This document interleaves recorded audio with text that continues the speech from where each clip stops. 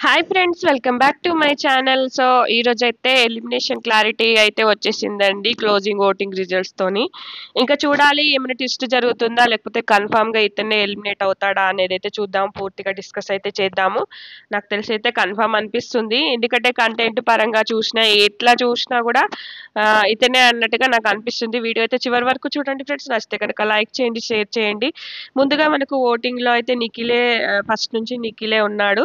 నిఖిల్‌కి, విష్ణుప్రియకి పెద్దగా తేడా లేకుండే. కానీ ఇప్పుడు ఒక 5% వరకు తేడా వచ్చేసింది. ఎందుకంటే ఆట పరంగా కూడా బాగా ఆడుతున్నాడు కాబట్టి ఓటింగ్ అయితే బాగానే పడుతుంది.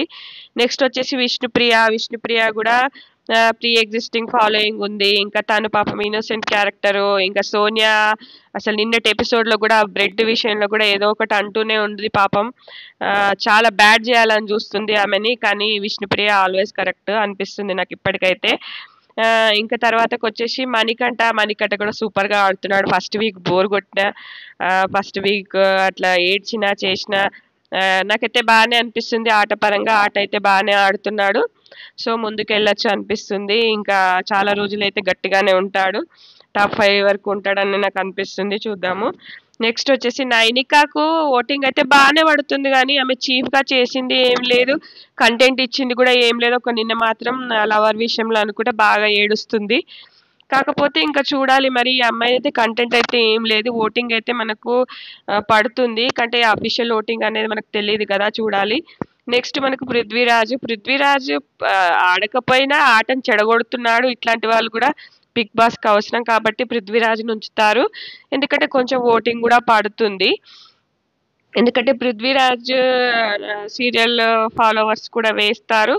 మళ్ళా ఆడేవాళ్ళని ఆడనీయకుండా చెడగొడుతున్నాడు, భయపడుతున్నారు కాబట్టి ఖచ్చితంగా పృథ్వీరాజ్‌నైతే ఎలిమినేట్ అయితే చెయ్యరు. నెక్స్ట్ వచ్చేసి శేఖర్ భాషకి వాళ్ళ వైఫ్ ప్రెగ్నెంట్. ఇప్పుడు డెలివరీ డేట్ ఉంది. మేబీ ఆ సింపతి కోసమైనా ఉంచుతారేమో అని డౌట్. ఎందుకు అంటే శేఖర్ భాష మంచి జోక్స్ అవన్నీ బాగానే ఉంది. కాకపోతే కంటెంట్ పెద్దగా కనిపించట్లేదు.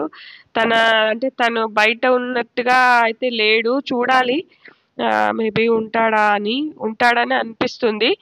నెక్స్ట్ వచ్చేసి ఆదిత్య ఓం గారు అయితే పాపం శివాజీ లెక్క అనుకున్నారు కానీ, ఎందుకంటే తను ఇక్కడ ఆయన కాదు కదా, ఉత్తరప్రదేశ్ ఆయన.